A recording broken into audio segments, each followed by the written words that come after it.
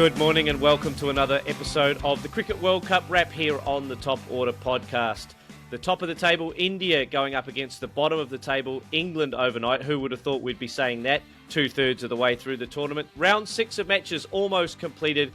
It's India versus England on the wrap with Baldy and Raj. All that and more coming up after the swishes. Well, good morning to you again, Raj. You like that? I like that. Top of the table versus the bottom of the table. I like it. Apt. It was. Well, almost inexplicably, England, through 5 games of this Cricket World Cup, sitting stone motherless last on the table. Who would have thought that going into the tournament? Certainly most punters would have favoured England to be at the other end, at the pointy end of the table, rather than propping up the bottom. But we are where we are in this Cricket World Cup, and as the saying often goes, you are what your record is, and England have been struggling in this World Cup. No different overnight against India, Raj. Yeah, no different at all. I was one of those punters, excuse me, who was predicting an England victory in, the tournament in its entirety. Once again, have been humbled, extremely actually. So I don't know where to start with this game. I guess. Well, let's start with the toss, Raj, because England have won the toss again. Mm-hmm. They've lost 7 out of 8 chasing going into this game.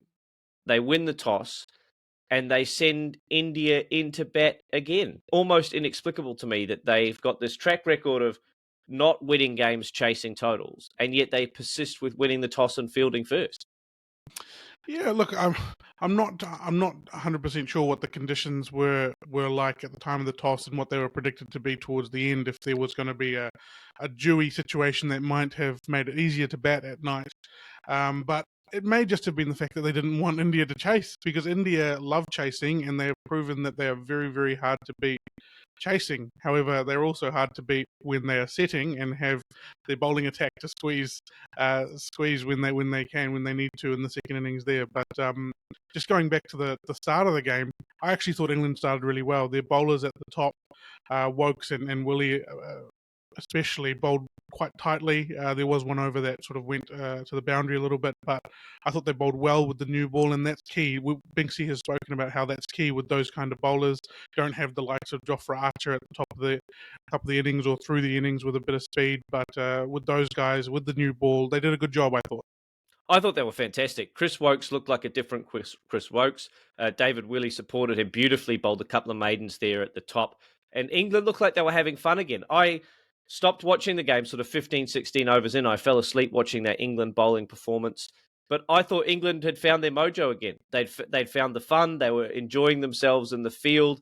Their attitude in the field was fantastic. I think their first wicket really came about. The Kohli wicket, should I say, came about because of attitude in the field. They kept Kohli on strike. Milan, the couple of balls before, stopped a brilliant lacing cover drive from Kohli that should have gone for 4. And the pressure started to build, and all of a sudden, Kohli was none off 8, decided he had to do something different and hold out to Ben Stokes and mid-off. So I thought a really spectacular start for England. To have India under pressure early doors, when Iyer was dismissed off his hook shot, India were in a bit of trouble at 40 for 3. And there was a little bit of emotion showing as well, which England clearly wanted this victory. They were clearly up for it, and I thought they executed well, definitely at the start. However, then Rohit Sharma and KL Rahul put together a really good partnership, actually. And I actually thought that at the 30th over, India were actually in a good position at 130 odd for 3, I think, at the 30 over mark. Yeah, 100%. To sort of push to that, 250, 270, 300 mark if things went well. But that wasn't to happen. Unfortunately, wickets fell regularly throughout the rest of the innings, which limited India to 229. But that could have actually been less. Bumrah with a late flurry there to get them to that 229. I really enjoyed Adil Rashid's bowling. I thought he was menacing throughout his entire 10 over spell. A couple of wrong-ins in there were beautiful, and the wicket that he got of Ravindra Jadeja was very important. That if he had come in and been able to settle and score runs, that's where you see India pushing over 250. So I thought he bowled really well, Rashid. Yeah, full of praise for Adil Rashid and those guys that bowled early doors for England. I think India did a great job of assessing the conditions and knowing what a good score was on that wicket, and no one did it better than Rohit. If you have a look at his contribution, 87 off 101. Yes, it's not quite the swashbuckling, strike rate 120 plus Rohit Sharma that we've seen in this World Cup so far. But he reverted to his previous kind of MO, which was to bat long through the innings and make sure that he set India up for success. And when they lost those first three and KL Rahul was in the 12th over, he really needed to knuckle down and be that leader for India. And I thought he just did a tremendous job. And if you have a look at the scorecard for the rest of the batters, the other 21 guys in the tournament, no one got past 49, and his 87 proved to be a huge difference, a gulf between the two sides. Yeah, as you say, the situational awareness to just know he needs to bat in partnerships and bat towards the end of the innings. Tried to explode after that 30 over mark. Unfortunately, wasn't to be, but a great innings nonetheless. That 87 really was sort of a match influencing knock. If you're India, going into this break, you've scored 229. What are your thoughts going into the second innings? Well, I'm pretty happy if I'm India. I think there was a little bit in that wicket. It wasn't quite the conference room registration desk. There wasn't, something with your name on it no matter where you look. But there was enough in that wicket that if they bowled well, that they could do some damage to England in the same way that England did damage to India up the top. There was a bit of swing there. There was a bit of seam. Adil Rashid turned the ball, and that proved to be what transpired in the second half of the game. I think if I was India, though, and I was reflecting on that batting innings, I'd be slightly disappointed that they didn't go on with it a little bit more, having got themselves into that good position, as you said.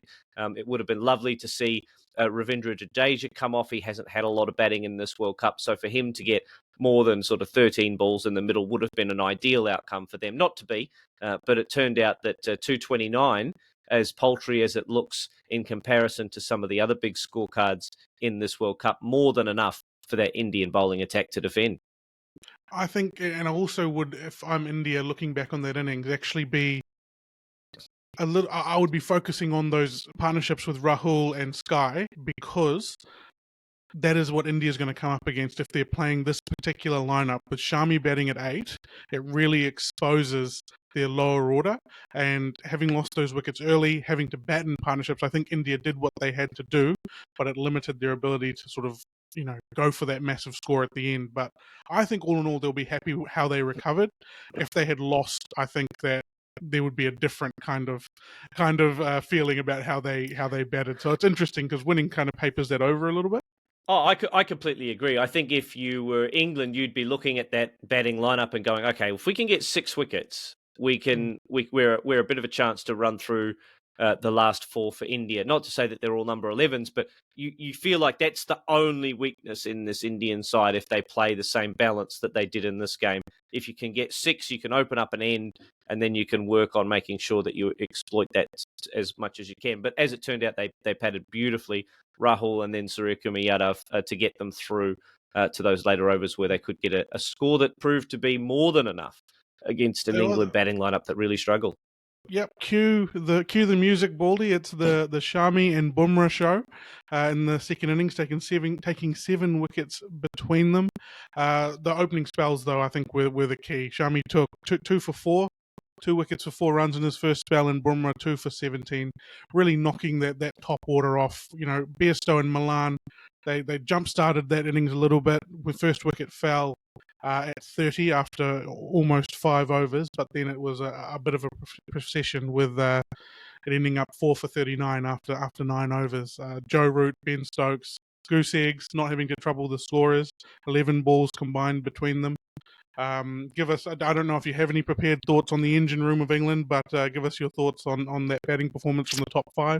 Well, I do. I mean, it's a bit of a similar story to the Indian engine room in this first innings for them, in that, you have a look at Kohli and you have a look at Shreyas Iyer, didn't contribute much in this particular fixture. But then you have a look at England, Root 0, Stokes 0, Butler 10. Very, very difficult for England to chase down big totals or any total when you're not getting much from that engine room. Joe Root for me is the barometer for this England batting unit, because he needs to be able to bat, as we said, I think in the wrap up of this last England game, between overs 11 and 40 for England to be any chance. As it was, he kind of fell over one, and Bumrah bowled a delicious delivery to him to have him LBW first cherry and gone. And I think England are going as Joe Root has gone in this tournament. He's struggled to bat for long periods of time and get him into most games, and England have faltered as a result. If you have a look at Mo Ali batting at 6, Livingston, Woakes, Willey, they're all guys who can come and finish off ice a game that's been taken deep into the 40th over on their behalf by this top 5 for England that really just hasn't fired many shots in this tournament. You go and have a look at the guys that you mentioned, Raj, Stokes, Root, Butler, haven't really lit up this tournament at all. And in their last 5 bats, you have a look at Butler. I don't think he's gone past 20 in his last 5 bats. Stokes has got a 40, Root's got 1 score.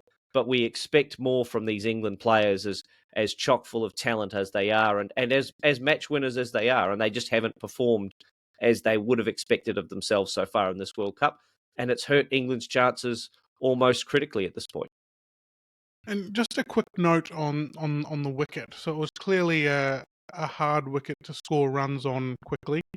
It was more of a traditional subcontinent pitch that broke up in the back end of the first innings, and then straight away, sort of in the second innings, hard to face spin bowling, especially when it's quality spin bowling. You almost have no chance to score quickly.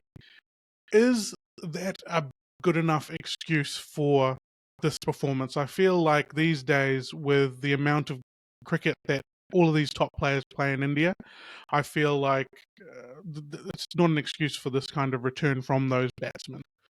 I wouldn't have thought so. I think England will reflect on this game and this whole campaign. This game is a microcosm of their entire campaign, in that they just weren't prepared as a batting unit to do the hard work. They were beaten by good delivery. Sure, look, you have to give credit to Shami and to Bumrah.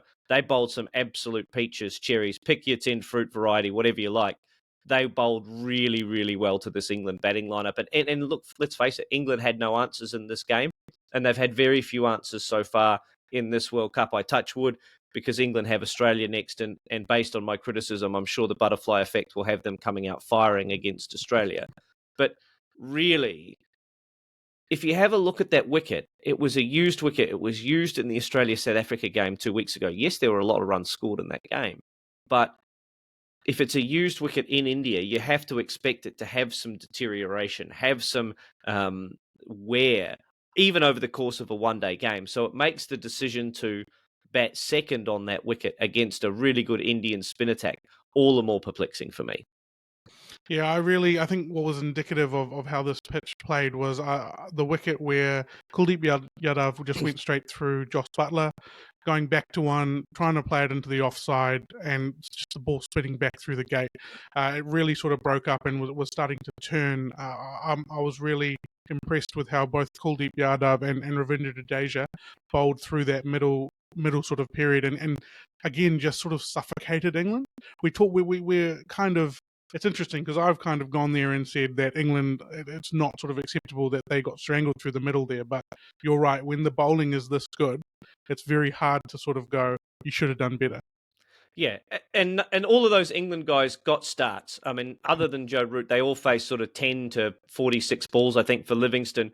So they were all out there for a while. They all had an opportunity to get a read of the pitch, but India were that good that they didn't let them. They had no answer to the suffocating pressure and that India's bowlers were able to bring to the fore. I mean, we praised Bumrah and Shami for their terrific performances, but you have a look at Yadav and Jadeja combined, 15 overs, 3 for 40. That's less than 3 runs and over through that middle period. So they were outstanding, India, and they've got both sides of the ball firing. And you have a look at how that lineup is. They only really need one side of the ball, Raj, to fire, as you say, to come away with victories. But even when the game's in the balance, they find something, this Indian side, and they've just been super impressive to go 6-0 so far. So I guess if you're England, the only sort of decisions to make going forward are which seats you'd like on the plane. Well, I mean, they're not technically mathematically out of it yet, because Australia can still drop 3 games and finish with 4 wins. New Zealand can still drop a few games and finish with 4 wins. So It's not mathematically over yet. We shouldn't be counting any chickens before they hatch.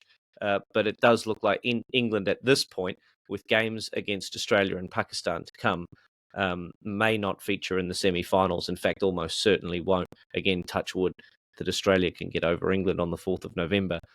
But for England, it's a case, I think, of just having to find the fun. Where was that first 10 overs in the rest of the match for England? Because that was the England side that we saw down here in New Zealand last summer. They were a team that was enjoying playing together. Yes, they bowled well, but I think one begets the other. It's either bowling well makes it fun, or having fun often results in bowling well. But the fielding was up for England, and it's just the batting that's let them down in this case. And I think that comes back to the decision to bowl first when they perhaps should not have done so. Yeah, and then the reasons for that, I don't think we will know. But we've spoken a lot about how good India are chasing, but we've also spoken about how good India are on both sides of the ball. You can't just focus on one part of their game. You've really got to outplay them in all facets of the game to give yourselves a chance. Yeah, you have to be perfect against this Indian side, and England were just a bit off with the batting, and India exploited it just tremendously with those spells from Bumrah and Shami, and it wasn't a contest from then on in. It was, what can we do to limit the damage? But it was just the India show today. They were just superb. Raj, are there any other highlights, lowlights that we want to cover from this India England game overnight before we look ahead to the upcoming slate of fixtures? Nothing more for me, I guess. Just reflecting on the Indian performance, and them losing Hardik Pandya a couple of games ago, and we were like, what's going to happen with the balance for India? They've brought in Shami, and it seems like they've only made themselves stronger. They really are a good side, and they're going to be hard to beat. If Hardik Pandya was fit, do you think he walks straight back into this side? It's a really interesting question, isn't it? Because they've got 5 genuine world-class bowlers at their disposal now. I do like that they have Surya Yadav at 6. He did really well in this game. Like you say, it wasn't easy to bet on. I think he does come back into the side. He gives them that extra balance. But what he actually enables them to do is to pick Ravichandran Ashwin as well. And I think the conversation now is, well, do we pick, in that scenario, we've got Hardik as our third seamer. Do we pick Shami and Bumrah and Hardik and Ashwin and Kuldeep and Ravindra Jadeja? And those are 6 bowlers that you really only want to face one of them. And he's the most devastating batter of the lot. So I think that does add a little bit more punch to their lower order with Ashwin in at 8 rather than Shami. So it does add a bit of better balance to their side. But they're losing nothing by having Surya Yadav come in at number 6. He was tremendous today. Yeah, no, that's all for me. Complete domination from India. Let's look forward to the game tonight. Afghanistan versus Sri Lanka. I've got a summary of bullet points here saying that these teams have played each other 6 times in the last year, which is how I found that quite high, actually. But then I remember the Asia Cup. Sri Lanka's won 4 of those games. So Afghanistan has had some success against Sri Lanka over this past year. What are you looking forward to in this match?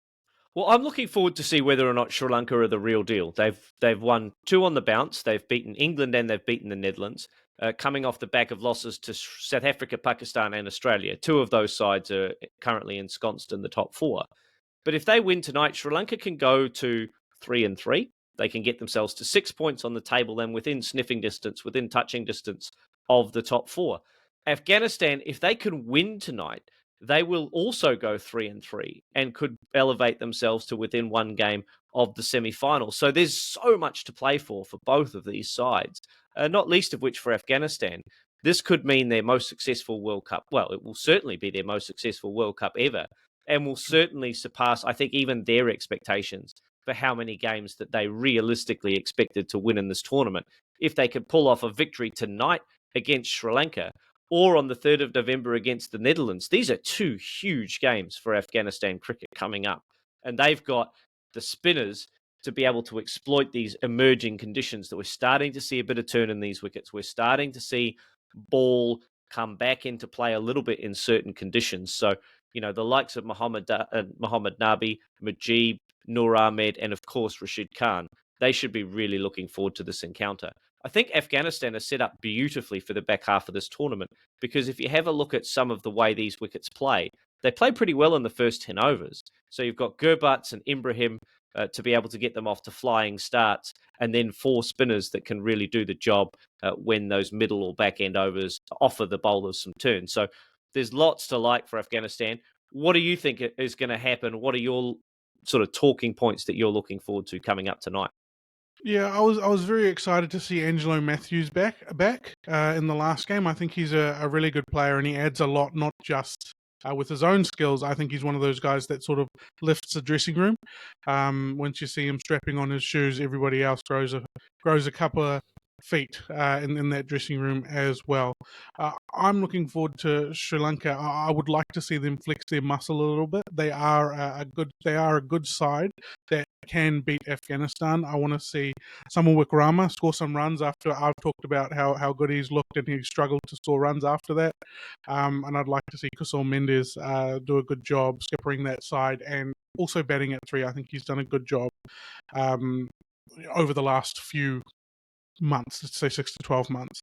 Yeah, that's what I'm looking forward to. It's one of the games which probably got a lesser billing than some of the blockbusters we've had over the last 3 games, but it'll be important nonetheless. It could really throw a spanner into the works for that playoff picture, whichever side wins.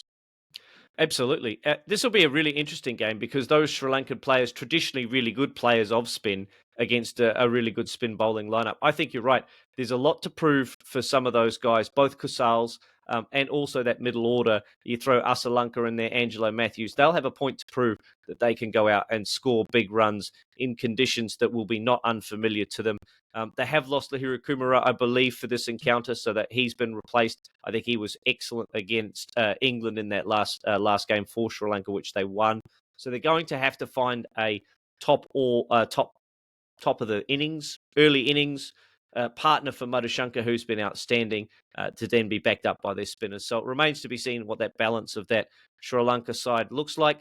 Raj, any other talking points before we wrap up? I think we've done it once again for this morning on the Top Order Pod. No, perfect. I think that's good. I'm a bit disappointed the England India game didn't provide the same sort of highs that we've seen over the last 2 nights previous to that, but cricket was the winner on the day nonetheless. Well, certainly India were the winner on the day against England. Not a lot to like if you're an England fan of this performance so far in the World Cup, but they do have a game coming up against Australia on November the 4th, which of course means that England will be up for that game, and who knows what can happen between those 2 arch foes. Tonight we look forward to another Asian encounter. Afghanistan against Sri Lanka promises to be a spicy affair, particularly between those Afghani spinners and the Sri Lankan batters.